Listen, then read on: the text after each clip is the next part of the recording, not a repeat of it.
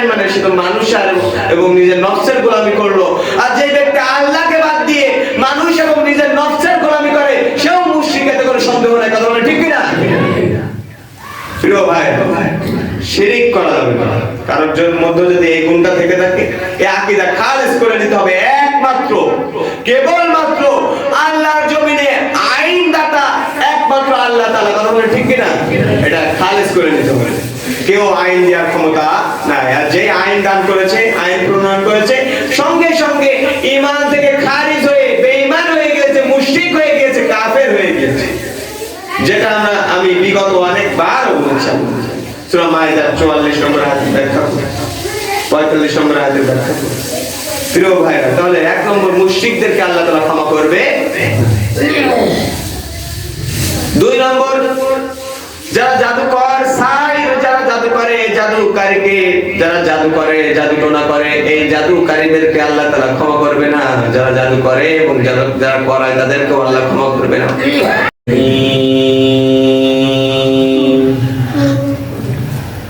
الذي خلق الإنسان الذي علمه البيان وعلم القرآن ونشهد أن لا إله إلا الله وحده لا شريك له ونشهد أن سيدنا نبينا وشفيئنا وحبيبنا وطبيب أرواحنا محمدا عبده ورسوله الذي أرسله بالحق بشيرا ونذيرا وداعيا إلى الله بإذنه سراجا وقمرا منيرا فقد قال الله تعالى في كلامه المجيد وفي فرقانه الحميد جبار شكرا لله. أعوذ بالله من الشيطان الرجيم بسم الله الرحمن الرحيم وذرني والمكذبين أولي النعمة ومهلهم قليلا إن لدينا أنكالا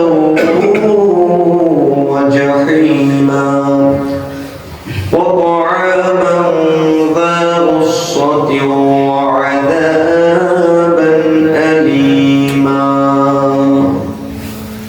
إن الله وملائكته يصلون على النبي يا أيها الذين آمنوا صلوا عليه وسلموا تسليما اللهم صل على سيدنا مولانا محمد وعلى آل سيدنا حبيبنا محمد اللهم صل على سيدنا مولانا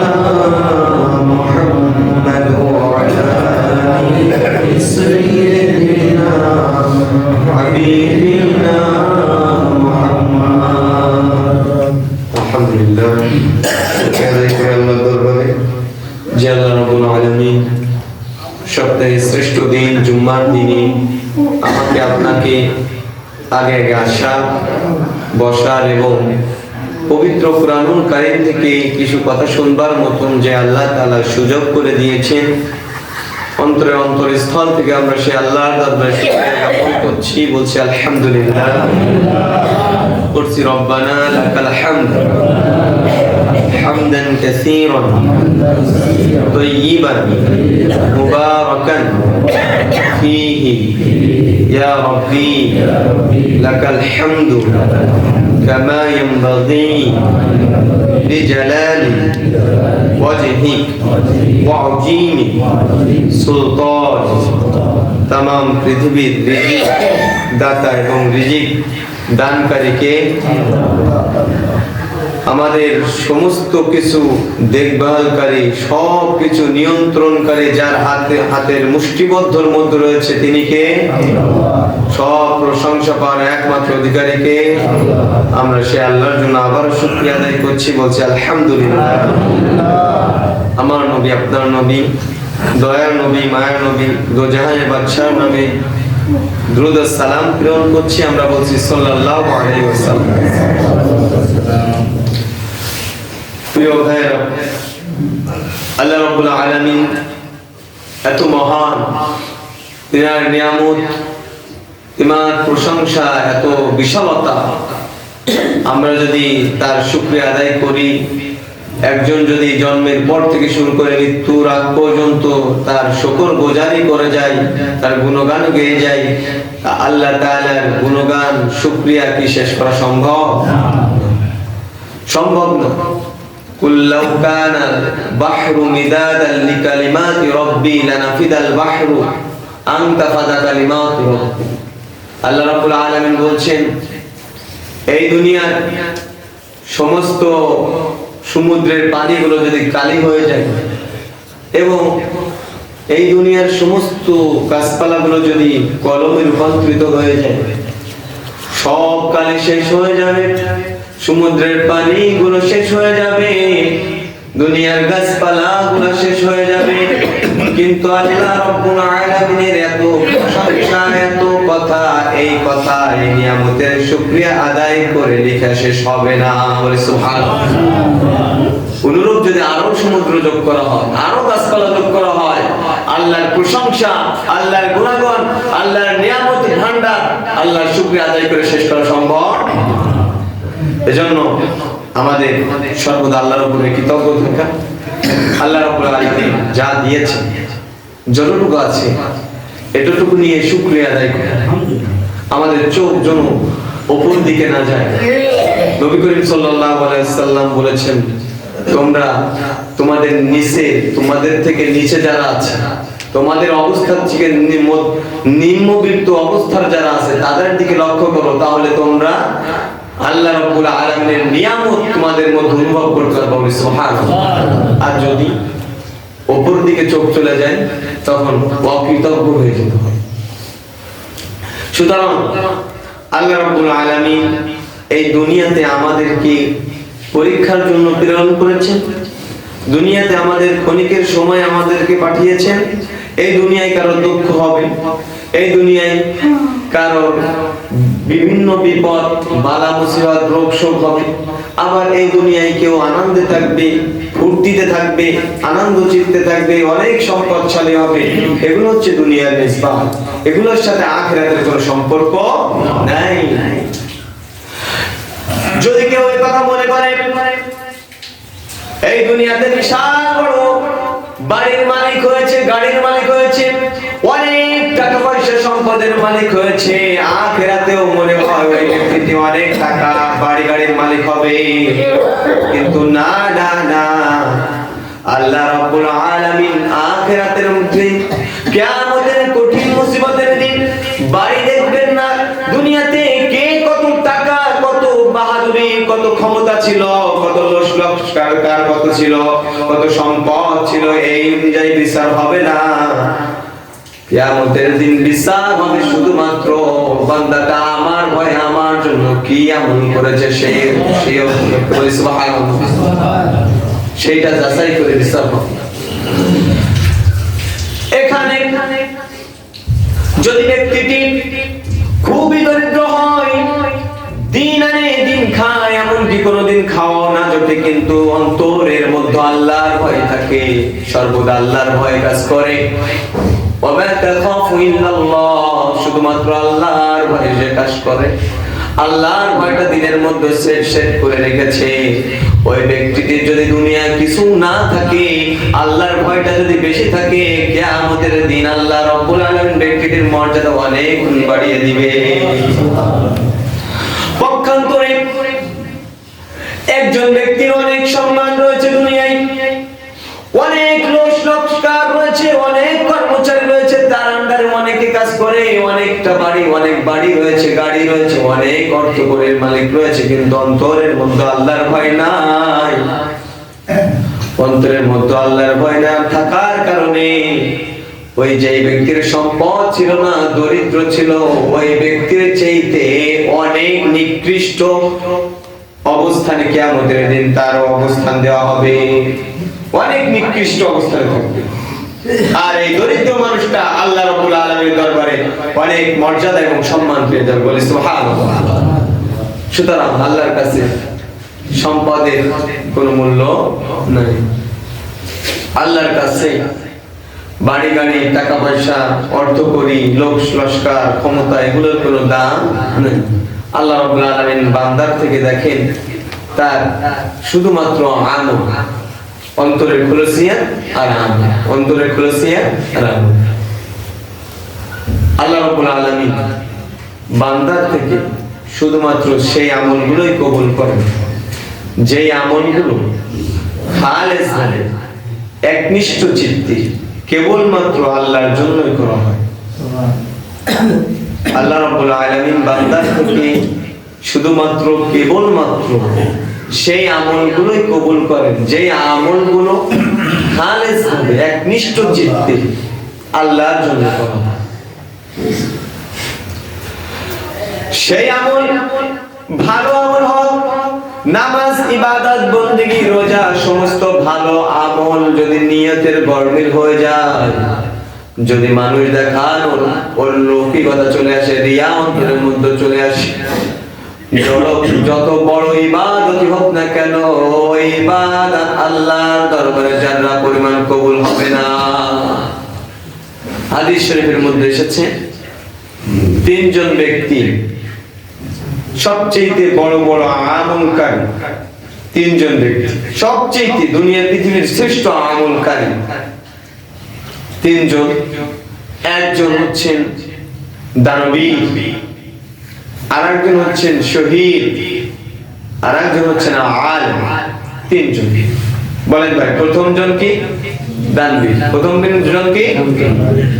দ্বিতীয় নম্বর শহীদ, তৃতীয় নম্বর শহীদ, আর তৃতীয় নম্বর আলেম। আচ্ছা, দান করা, আল্লাহর রাস্তায় দান করা, এটা ভালো ইবাদত না? শহীদ হওয়া, আল্লাহর রাস্তায় জিহাদের ময়দানে গিয়ে শহীদ হওয়া ভালো ইবাদত না? অবশ্যই ভালো ইবাদত। আলেম হওয়া ভালো ইবাদত না? তা হাদিস শরীফে এটা এমন ভাবে কেন আসলো? দান করার পরেও আল্লাহ তাআলা নির্দেশ দিবেন ফেরেশতারা শিকল বেঁধে উল্টো করে জাহান্নামে নিক্ষেপ কর। এরপরে শহীদ হওয়ার পর আল্লাহ নির্দেশ দিবেন ফেরেশতারা শিকল বেঁধে জাহান্নামে নিক্ষেপ কর। আলেম হওয়ার পরেও নির্দেশ দিবেন ফেরেশতারা শিকল বেঁধে জাহান্নামে নিক্ষেপ কর। আপনারা বলবেন কেন? হাদিস শরীফে এসেছে কিয়ামতের দিন তিনজন ব্যক্তিকে প্রথমে দান করানো হবে। এমন দানবীর যে এমন কোন সেক্টর নাই সে দান করে নাই। আল্লাহ তাআলা বলবেন, ও দানবীর, তুমি কেন আমার জন্য কি আমল করেছো বলো? ওই ব্যক্তিটি আল্লাহর কাছে বলবে, ও আল্লাহ রাব্বুল আলামিন, আমাকে আপনি সম্পদশালী করেছিলেন, আর আমার সম্পদ দিয়ে এমন কোন আপনার দানের রাস্তা নাই যে রাস্তায় আমার সম্পদ ব্যয় হয় নাই, সব রাস্তায় আমি দান করেছি। আল্লাহ বলবেন, ও বান্দা, তুমি দান করেছো এটা আমি দেখেছি, কিন্তু তোমার মনের খবর আমি জানতাম। তুমি দান করতে এই নিয়তে মানুষ তোমার দাতা বলবে তাই, মানুষ তোমার দানবীর বলবে তাই, আর দুনিয়াতে তুমি দানবীর উপাধি পেয়েছিলে, মানুষ তোমাকে দাতা বলেছিল, দুনিয়াতে তুমি সম্মান পেয়ে গিয়েছিলে, তুমি যা চাইতে তা পেয়ে গিয়েছিলে, আজ আমার কাছে কোনো অংশ নাই। ফেরেশতারা ওই ব্যক্তিকে ধরো, উল্টো করে জাহান্নামের মধ্যে নিক্ষেপ করো। সহিহ হাদিস। তাহলে এখানে কি বললেন? নিয়ত পরিশুদ্ধ হওয়ার দরকার আছে না নাই? বলেন আছে না নাই?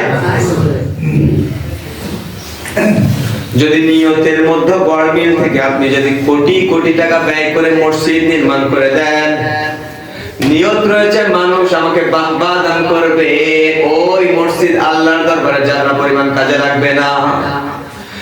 যদি নিয়তের মধ্যে গড়মিল থেকে আপনি কোটি টাকা দামের গরু বা পশু কিনে কুরবানি দান করেন, নিয়ত রয়েছে মানুষ আমাকে বাহবা দান করবে, ওই মানুষ লৌকিকতা আসার কারণে ওই কুরবানি আল্লাহর দরবারে যারা পরিমাণ কাজে লাগবে না। এরপরে শহীদের কথায় আসেন। শহীদ ব্যক্তিটা আল্লাহ রাব্বুল আলামিন তাকে দাঁড় করালেন। আল্লাহ তাআলা বললেন, বান্দা আমার জন্য কি আমল নিয়ে এসেছো? শহীদ বলল, আল্লাহ রাব্বুল আলামিন, আমি আল্লাহ আপনার রাস্তায় আমি জিহাদ করে, যুদ্ধ করে, কাফেরদেরকে শহীদ করে নিজেও শাহাদাত বরণ করেছি। আল্লাহ বলবেন, ও আমার বান্দা, তুমি শহীদ হয়েছো, তোমার মনের নিয়ত আমি ভালো করে জানতাম।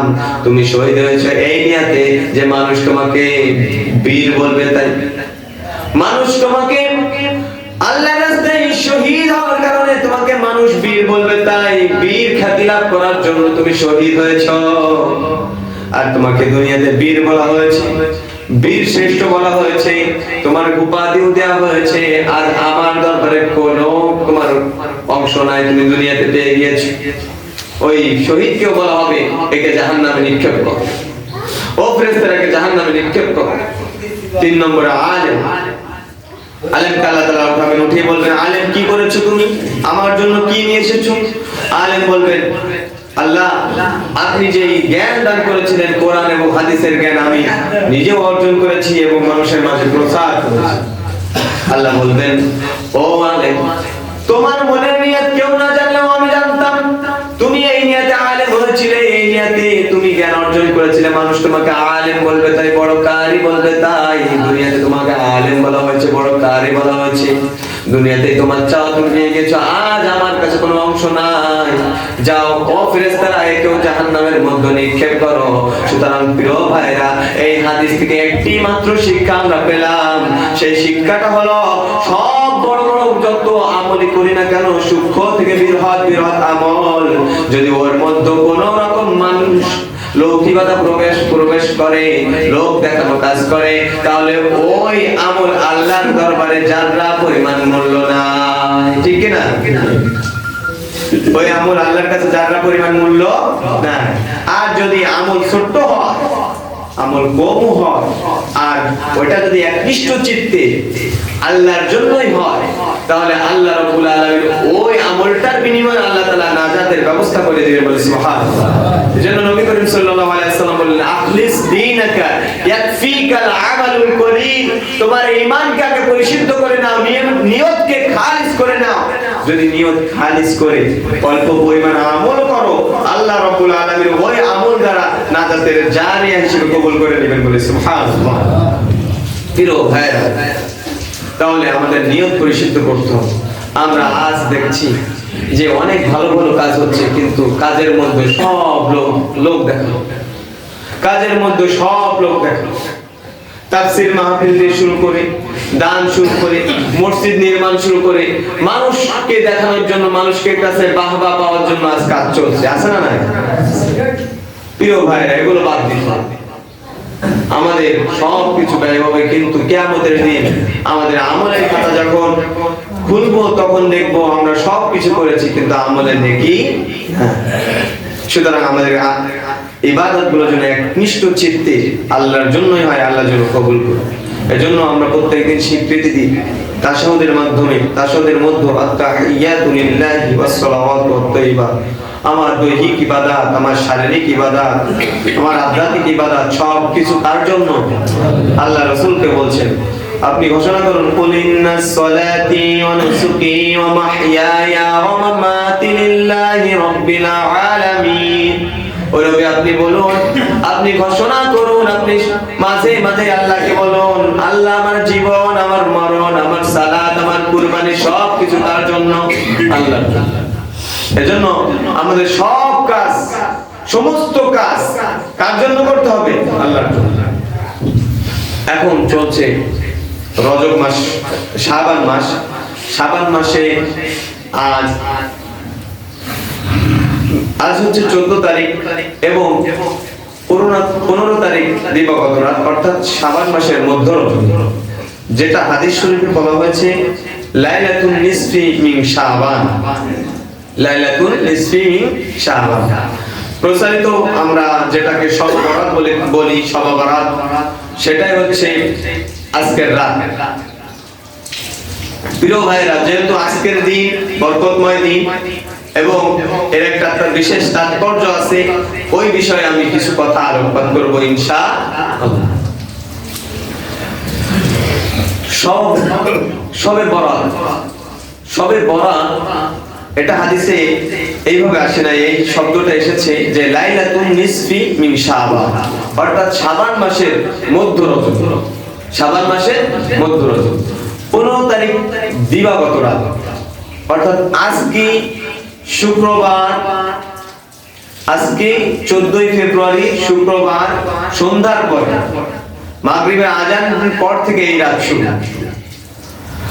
হাদিস শরীফের মধ্যে এসেছে, ইবনে মাজাহ শরীফের হাদিস, আল্লাহর নবী করিম সাল্লাল্লাহু আলাইহি ওয়াসাল্লাম বলেন, ইযা কানাত লাইলাতুন নিসফি মিন শাবান ফাকুমু লাইলাহা ওয়া সুমু ইয়াওমাহা।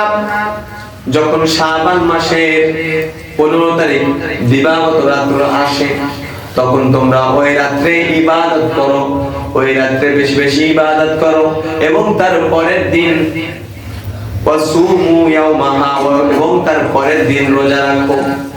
নবী করিম সাল্লাল্লাহু আলাইহি সাল্লাম বলেছেন, শাবান মাস যখন আসে, শাবান মাসের মধ্য রজনী যখন আসে, ওই শাবান মাসের মধ্য রজনীর রাত্রে বেলা তোমরা বেশি ইবাদত করো এবং পরের দিন রোজা রাখো।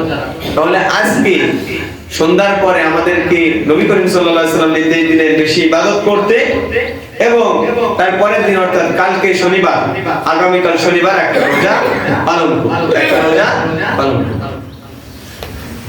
প্রিয় ভাই, এরপরে বলছেন ফাইন্নাল্লাহ ইয়ানজিলু ফিহা বিগুরুবির শামসি ইলা সামাইদ দুনিয়া ফায়াকুলু আমামিন মুস্তাগফিরি ফাগফির লাহু। এরপরে নবী করিম সাল্লাল্লাহু আলাইহি ওয়াসাল্লাম বলেন, কেননা যখন শাবান মাসের মধ্য রজনী আসে, মাগরিবের পরে সূর্য অস্তের সাথে সাথে আল্লাহ রাব্বুল আলামিন প্রথম আসমানে চলে আসেন এবং প্রথম আসমানে চলে এসে আল্লাহ তাআলা বান্দাদেরকে ডাক দেন, আলা মিন মুস্তাগফির ফাগফির লাহু। এমন কেউ আছে কার ক্ষমা প্রয়োজন, কে গুনাহ করে ফেলেছে, কার ক্ষমা প্রয়োজন, আমি আল্লাহ রাব্বুল আলামিন তাকে ক্ষমা করে দিব, বলি সুবহানাল্লাহ। এরপরে আল্লাহর হাবিব বলছেন, আলা মিন মুস্তারজিকিন ফারযুকহু, কে অভাবগ্রস্ত, রিজিকের প্রয়োজন, কার রিজিকের প্রয়োজন, আমি আল্লাহ রাব্বুল আলামিন তাকে জীবিকা দান করব, বলি সুবহানাল্লাহ। এরপরে নবী করিম সাল্লাল্লাহু আলাইহি ওয়াসাল্লাম বলেন, আলা মিন মুবতালান ফাআফিহু, কে বিপদগ্রস্তের মধ্যে পতিত রয়েছে, কে বিপদের মধ্যে পতিত রয়েছে এবং আশ্রয় চাই, আমি আল্লাহ রাব্বুল আলামিন তাকে বিপদ মুক্ত দান করব, বলি সুবহানাল্লাহ। এরপরে এইভাবে আলা কাদা হাত্তা ইয়াতলাইল ফাজর, আল্লাহ রাব্বুল আলামিন এইভাবে বান্দাকে আহ্বান করতে থাকেন, ডাকতে থাকেন, হাত্তা ইয়াতলাইল ফাজর, ফজরের আগ পর্যন্ত আল্লাহ রাব্বুল আলামিন তার বান্দাদেরকে এইভাবে ডাকতে থাকেন, বলি সুবহানাল্লাহ। তাহলে এই রাত্রের গুরুত্ব অপরিসীম, এই রাত্রে বেশি বেশি ইবাদত করা এবং আমাদের প্রথমেই যে দায়িত্ব হচ্ছে, সেই দায়িত্ব হচ্ছে আমাদের জীবনে অসংখ্য গুনাহ হয়ে যায়, এই গুনাহ থেকে মাফ চাওয়া, এই গুনাহ থেকে আল্লাহর কাছে ক্ষমা চাওয়া। এরপরে আমাদের যে রিজিকের প্রয়োজন, আল্লাহ রাব্বুল আলামিনের কাছে চাওয়া। আল্লাহ রাব্বুল আলামিন তো রিজিক দান করেন, সব রিজিক দানকারী মালিক কে? আল্লাহ। আল্লাহই তো রিজিক দান করেন। এরপরে কেউ যদি বিপদে থাকে, টেনশনে থাকে, মুসিবতে থাকে, আল্লাহ রাব্বুল আলামিনের কাছে ত্রাণ খুলে চাও, চোখের পানি ছেড়ে চাওয়া, আল্লাহ রাব্বুল আলামিন কবুল করবেন। শর্ত আছে,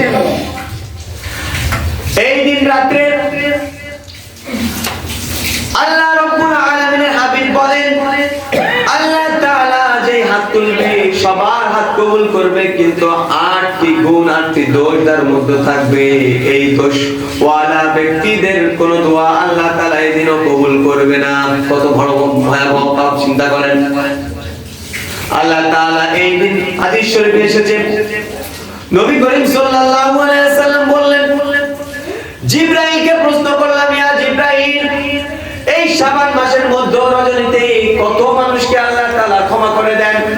জিবরাইল আলাইহিস সালাম বললেন, সংখ্যা দ্বারা তো আমি বোঝাতে পারবো না এত মানুষকে আল্লাহ তাআলা ক্ষমা করে দেন, কিন্তু একটা উদাহরণ আপনাকে দিতে পারি।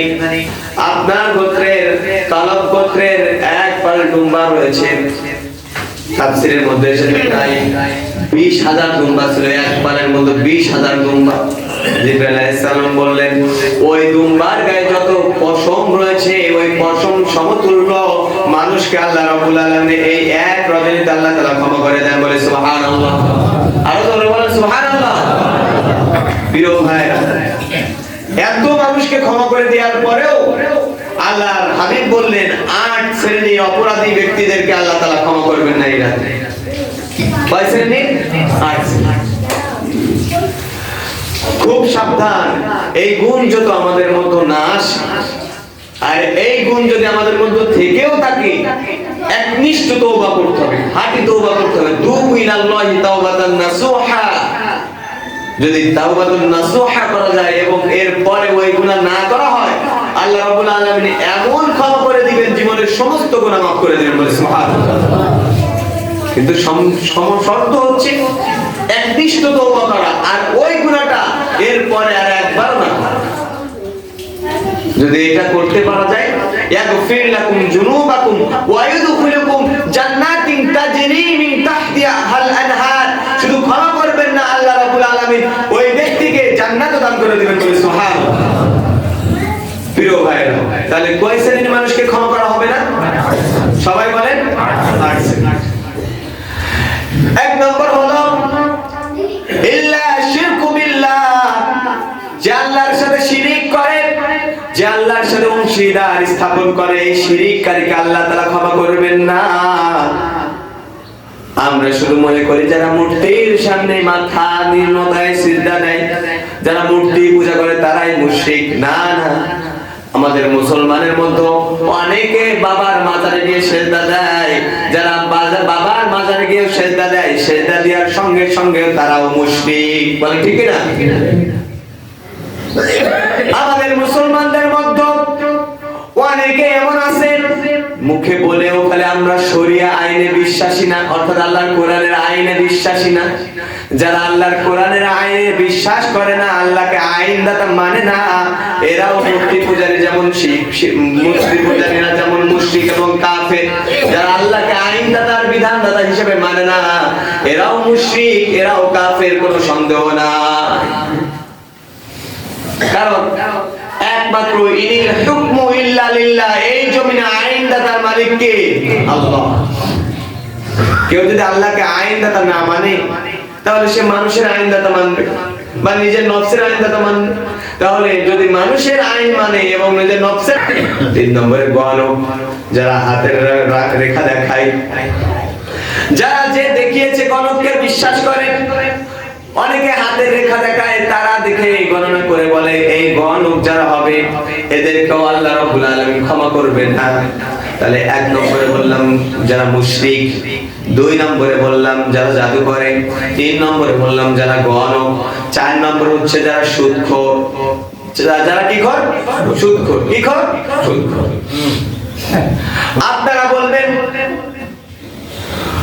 জাদুকর খুব কমই রয়েছে, গণক খুবই কম রয়েছে আমাদের সমাজে। কিন্তু 4 নম্বরে যে পয়েন্টটা আল্লাহর হাবিব বলেছেন সুদখোর, এটা আমাদের সমাজে যে অহরহ রয়েছে, এটা অস্বীকার করার কোনো সুযোগ অহরহ চলছে। এনজিওর মাধ্যমে, বিভিন্ন ব্যাংকের মাধ্যমে বাড়িতে বাড়িতে আজ সুদ ঢুকিয়ে দেওয়া হয়েছে। ঘরের সামনে নিয়ে এরকম করে দাঁড়িয়ে থাকছে যে কার লাগবে, কার প্রয়োজন। আল্লাহ তাআলা এই জঘন্য পাপ থেকে আমাদেরকে আশ্রয় দেন বলে আমিন।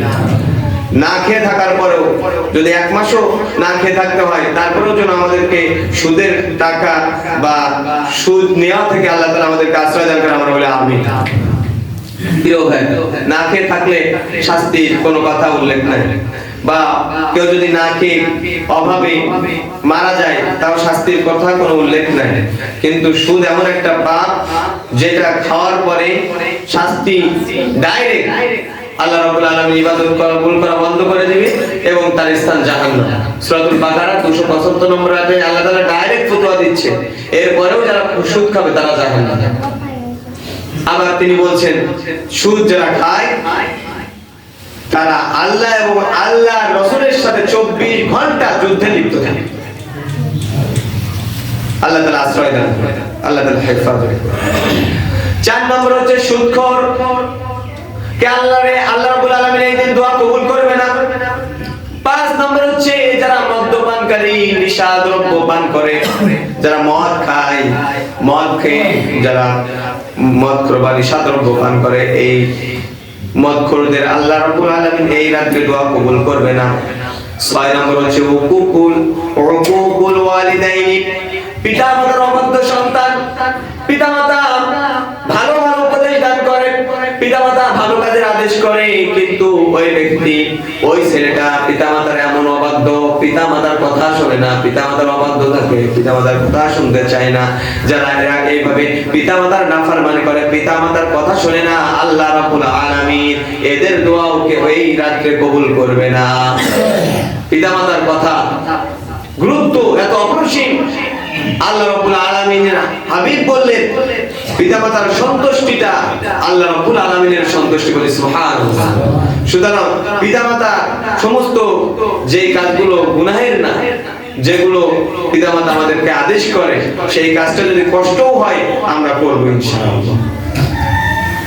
এরপরে আসেন 7 নম্বর, আত্মীয়তার কাতিউর রহিম, আত্মীয়তার সম্পর্ক ছিন্নকারী। আত্মীয়তার সম্পর্ক ছিন্নকারী মনে হয় আমাদের মধ্যে নাই। ঘরে ঘরে আত্মীয়তার সম্পর্ক ছিন্নকারী মহা উৎসব চলছে। খুঁটিনাটি কারণ নিয়ে, সামান্য কারণ নিয়ে আত্মীয়তার সম্পর্ক ছিন্ন হয়ে যাচ্ছে।